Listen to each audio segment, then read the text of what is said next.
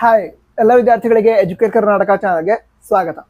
2024-25ನೇ ಸಾಲಿಗೆ ಸಂಬಂಧಿಸಿದಂತೆ Karnataka PUC board under first PUC ಹಾಗೆ ಸೆಕೆಂಡ್ PUC ಸ್ಟಡಿ ಮಾಡ್ತಿರುವಂಥ ವಿದ್ಯಾರ್ಥಿಗಳಿಗೆ ಫಸ್ಟ್ ಟೆಸ್ಟ್ ಏನಿದೆ ಇದು ಆಗಸ್ಟ್ 10ರಿಂದ 13ವರೆಗೆ ನಡೆಯುತ್ತೆ. ಈ ರೀತಿ ಡೇಟ್ ಅನ್ನು ನಮ್ಮ ಶಿಕ್ಷಣ ಇಲಾಖೆಯವರು ಈಗಾಗಲೇ ಅನೌನ್ಸ್ ಮಾಡಿದ್ದಾರೆ. ಇದ್ರಲ್ಲಿ ಸ್ವಲ್ಪ ಚೇಂಜಸ್ ಏನಾದ್ರು ಆದ್ರೆ ಆಗಬಹುದು ಡೇಟ್ಸ್ ಅಲ್ಲಿ. ಅಕಸ್ಮಾತ್ ಡೇಟ್ಸ್ ಚೇಂಜ್ ಆದ್ರೆ ಹೇಳಿರ್ತೀನಿ, ಬಟ್ ಬಹಳ ಚೇಂಜಸ್ ಏನಾಗಲ್ಲ, ಆಗಸ್ಟ್ ಮಂತ್ ಅಲ್ಲೇ ಆಗುತ್ತೆ. ಈಗ ಈ ಎಕ್ಸಾಮ್ನ ಸಿಲೆಬಸ್ ಬಗ್ಗೆ, ಕ್ವಶನ್ ಪೇಪರ್ ಪ್ಯಾಟರ್ನ್ ಬಗ್ಗೆ ಹಲವು ವಿದ್ಯಾರ್ಥಿಗಳು ಹಲವಾರು ಪ್ರಶ್ನೆಗಳನ್ನ ಕೇಳಿದ್ರು. ಅವುಗಳಿಗೆ ಉತ್ತರವನ್ನ ಈಗ ತಿಳಿದುಕೊಳ್ತಾ ಹೋಗೋಣ. ಮೊದಲೇದಾಗಿ ಈಗ ಎಷ್ಟು ಮಾರ್ಕ್ಸ್ನ ಎಕ್ಸಾಮ್ ಆಗುತ್ತೆ ಇದನ್ನು ತಿಳ್ಕೊಳ್ಳೋದಾದ್ರೆ, ಈಗ ನಿಮ್ಮ ಫೈನಲ್ ಎಕ್ಸಾಮ್ ಏನಿದೆ, first PUC final exam, second PUC final exam ಅಥವಾ ಬೋರ್ಡ್ ಎಕ್ಸಾಮ್ ಏನಿದೆ, ಅದರ ಕ್ವಶನ್ ಪೇಪರ್ ಎಷ್ಟು ಮಾರ್ಕ್ಸ್ ಬರುತ್ತೆ, ಅದರ ಎಕ್ಸಾಕ್ಟ್ಲಿ ಹಾಫ್ ಮಾರ್ಕ್ಸ್ಗೆ ಈ ಒಂದು ಫಸ್ಟ್ ಟೆಸ್ಟ್ ಅನ್ನ ನಡೆಸಲಾಗುತ್ತೆ. ಈಗ ಕನ್ನಡ, ಮ್ಯಾಥಮೆಟಿಕ್ಸ್, ಅಕೌಂಟೆನ್ಸಿ, ಹಿಸ್ಟ್ರಿ ಈ ಎಲ್ಲ ವಿಷಯಗಳ ಎಕ್ಸಾಮ್ ಏನಿದೆ ಇದು ಫೈನಲ್ ಎಕ್ಸಾಮ್, ಅದು 80 ಮಾರ್ಕ್ಸ್ಗೆ ಆಗುತ್ತೆ. ಈಗ ಫಸ್ಟ್ ಟೆಸ್ಟ್ ಏನಿದೆ ಅದು ಎಕ್ಸಾಕ್ಟ್ಲಿ ಹಾಫ್ ಮಾರ್ಕ್ಸ್ ಅಂತ ಹೇಳಿದ್ರೆ 40 ಮಾರ್ಕ್ಸ್ಗೆ ಆಗುತ್ತೆ ಫಸ್ಟ್ ಟೆಸ್ಟ್. ಸರಿನಾ? ಅದಂತರ ಪ್ರಾಕ್ಟಿಕಲ್ ಇರುವಂಥ ಸಬ್ಜೆಕ್ಟ್ಸ್ ಏನಿದೆ, ಈಗ ಫಿಸಿಕ್ಸ್ ಆಗಿರಬಹುದು, ಕೆಮಿಸ್ಟ್ರಿ ಆಗಿರಬಹುದು, ಬಯಾಲಜಿ ಆಗಿರಬಹುದು, ಸೊ ಈ ಎಲ್ಲ ವಿಷಯಗಳ ಫೈನಲ್ ಎಕ್ಸಾಮ್ ಏನಿದೆ ಇದು 70 ಮಾರ್ಕ್ಸ್ 70 ಮಾರ್ಕ್ಸ್ಗೆ ಫೈನಲ್ ಎಕ್ಸಾಮ್ ಆಗುತ್ತೆ. ಈ ಫಸ್ಟ್ ಟೆಸ್ಟ್ ಏನಿದೆ ಇದು ಫಿಸಿಕ್ಸ್ ಆಗಿರಬಹುದು, ಕೆಮಿಸ್ಟ್ರಿ, ಬಯಾಲಜಿ, ಕಂಪ್ಯೂಟರ್ ಸೈನ್ಸ್ ಈ ಎಲ್ಲ ವಿಷಯಗಳಿಗೆ 35 ಮಾರ್ಕ್ಸ್ಗೆ ನಡೆಯುತ್ತೆ.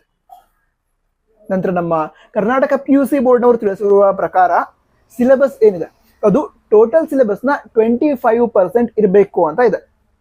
ನಿಮ್ಗೀಗ ಬುಕ್ ಇದೆ ಅಲ್ವಾ, NCERT ಟೆಕ್ಸ್ಟ್ ಬುಕ್, ಸೊ ಅದರಲ್ಲಿ ಚೆಕ್ ಮಾಡಿದಾಗ ಟೋಟಲ್ ಸಿಲೆಬಸ್ ಏನಿದೆ ಅದರ 25% ಸಿಲೆಬಸ್ ಈ ಫಸ್ಟ್ ಟೆಸ್ಟ್ಗೆ ಇರಬೇಕು ಅಂತ ನಮ್ಮ ಶಿಕ್ಷಣ ಇಲಾಖೆಯವರು ಕರ್ನಾಟಕ PUC ಬೋರ್ಡ್ನವರು ತಿಳಿಸಿರೋದು. ಬಟ್ ಈಗ ನೀವು ಫಸ್ಟ್ ಟೆಸ್ಟ್ಗೆ 25% ಇರುತ್ತೆ ಅಂತ ಹೇಳೋದಕ್ಕಾಗಲ್ಲ. ಸ್ವಲ್ಪ ಹೆಚ್ಚು ಇರಬಹುದು, ಒಂದು 27%, 30% ಕೂಡ ಇರಬಹುದು, ಅಥವಾ ಸ್ವಲ್ಪ ಕಡಿಮೆ 20% ಅಥವಾ 22% ಕೂಡ ಸಿಲೆಬಸ್ ಅನ್ನ ಇನ್ಕ್ಲೂಡ್ ಮಾಡ್ಕೋಬಹುದು. ಯಾಕೆ ಈಗ ಹೇಳ್ತೇನೆ ಅಂತ ಹೇಳಿದ್ರೆ, ನಮ್ಮ ಶಿಕ್ಷಣ ಇಲಾಖೆಯವರು 25% ಅಂತ ಹೇಳಿದ್ದಾರೆ, ಬಟ್ ಇದರ ಕ್ವಶನ್ ಪೇಪರ್ ಪ್ರಿಪರೇಷನ್ ಏನಿದೆ ಅದು ನಿಮಗೆ ನಿಮ್ಮ ಕಾಲೇಜಲ್ಲಿ ಒಂದು ಪರ್ಟಿಕ್ಯುಲರ್ ಸಬ್ಜೆಕ್ಟ್ಗೆ ಎಷ್ಟು ಸಿಲೆಬಸ್ ಅನ್ನ ಟೀಚ್ ಮಾಡಿ ಆಗಿದೆ ಅದ್ರ ಮೇಲೆ ಡಿಪೆಂಡ್ ಆಗಿರುತ್ತೆ. ಈಗ ಕೆಲವು ಕಾಲೇಜ್ಗಳಲ್ಲಿ ಈಗ ಎಕ್ಸಾಮ್ಗಿಂತ ಮೊದಲು 25%ಗಿಂತ ಸ್ವಲ್ಪ ಜಾಸ್ತಿ ಸಿಲೆಬಸ್ ಕವರ್ ಆಗಿದೆ ಅಂತ ಹೇಳಿದ್ರೆ, ಕ್ವಶನ್ ಪೇಪರ್ ಪ್ರಿಪೇರ್ ಮಾಡಬೇಕಾದ್ರೆ ಜಾಸ್ತಿ ಸಿಲೆಬಸ್ ಅನ್ನ ಇನ್ಕ್ಲೂಡ್ ಮಾಡ್ಕೊಂಡಿರ್ತಾರೆ. ಈಗ ಕೆಲವು ಕಾಲೇಜ್ಗಳಲ್ಲಿ 25% ಸಿಲೆಬಸ್ ಆಗಿಲ್ಲ ಫಸ್ಟ್ ಟೆಸ್ಟ್ಗಿಂತ ಮೊದಲು, ಆ ರೀತಿ ಇದ್ದಾಗ ಸ್ವಲ್ಪ ಕಡಿಮೆ ಸಿಲೆಬಸ್ ಅನ್ನೇ ಇನ್ಕ್ಲೂಡ್ ಮಾಡ್ಕೊಂಡು ನಿಮಗೆ ಎಕ್ಸಾಮ್ ಅನ್ನ ನಡೆಸ್ತಾರೆ. ಸರಿನಾ? ಬಟ್ ನಮ್ಮ ಶಿಕ್ಷಣ ಇಲಾಖೆ ಹೇಳಿರೋದು ಟೋಟಲ್ ಸಿಲೆಬಸ್ನ 25% ಸಿಲೆಬಸ್ ಈ ಫಸ್ಟ್ ಟೆಸ್ಟ್ಗೆ ಇರಬೇಕು ಅಂತ. ಈಗ ವಿದ್ಯಾರ್ಥಿ ಕೇಳಿರುವಂತಹ ಈ ಒಂದು ಪ್ರಶ್ನೆ ಏನು ಅಂತ ಹೇಳಿದ್ರೆ, ಕ್ವಶನ್ ಪೇಪರ್ ಪ್ಯಾಟರ್ನ್ ಯಾವ ರೀತಿ ಇರುತ್ತೆ ಇದಕ್ಕೋಸ್ಕರ ತಿಳ್ಕೊಳ್ಳೋದಾದ್ರೆ, ಈ ನಿಮ್ಮ ಫೈನಲ್ ಎಕ್ಸಾಮ್ ನ ಕ್ವಶನ್ ಪೇಪರ್ ನ ತೆಗೆದಾಗ ಅದರೊಳಗಡೆ 1 ಮಾರ್ಕ್ಸ್ ಕ್ವಶನ್ ಬರ್ತಾ ಇದ್ರೆ, ಈ ಫಸ್ಟ್ ಟೆಸ್ಟ್ ಅಲ್ಲೂ ಕೂಡ 1 ಮಾರ್ಕ್ಸ್ ನ ಕೆಲವು ಪ್ರಶ್ನೆಗಳು ಇರುತ್ತೆ. 2 ಮಾರ್ಕ್ಸ್ ನ ಕ್ವಶನ್ ಫೈನಲ್ ಎಕ್ಸಾಮ್ ಬರ್ತಾ ಇದ್ರೆ 2 ಮಾರ್ಕ್ಸ್ ನ ಕೂಡ ಕೆಲವು ಕ್ವಶನ್ಸ್ ಈ ಒಂದು ಫಸ್ಟ್ ಟೆಸ್ಟ್ ಅಲ್ಲಿ ಇರುತ್ತೆ. ಅದೇ ರೀತಿ 5 ಮಾರ್ಕ್ಸ್ ಆಗಿರಬಹುದು, 6 ಮಾರ್ಕ್ಸ್ ಆಗಿರಬಹುದು.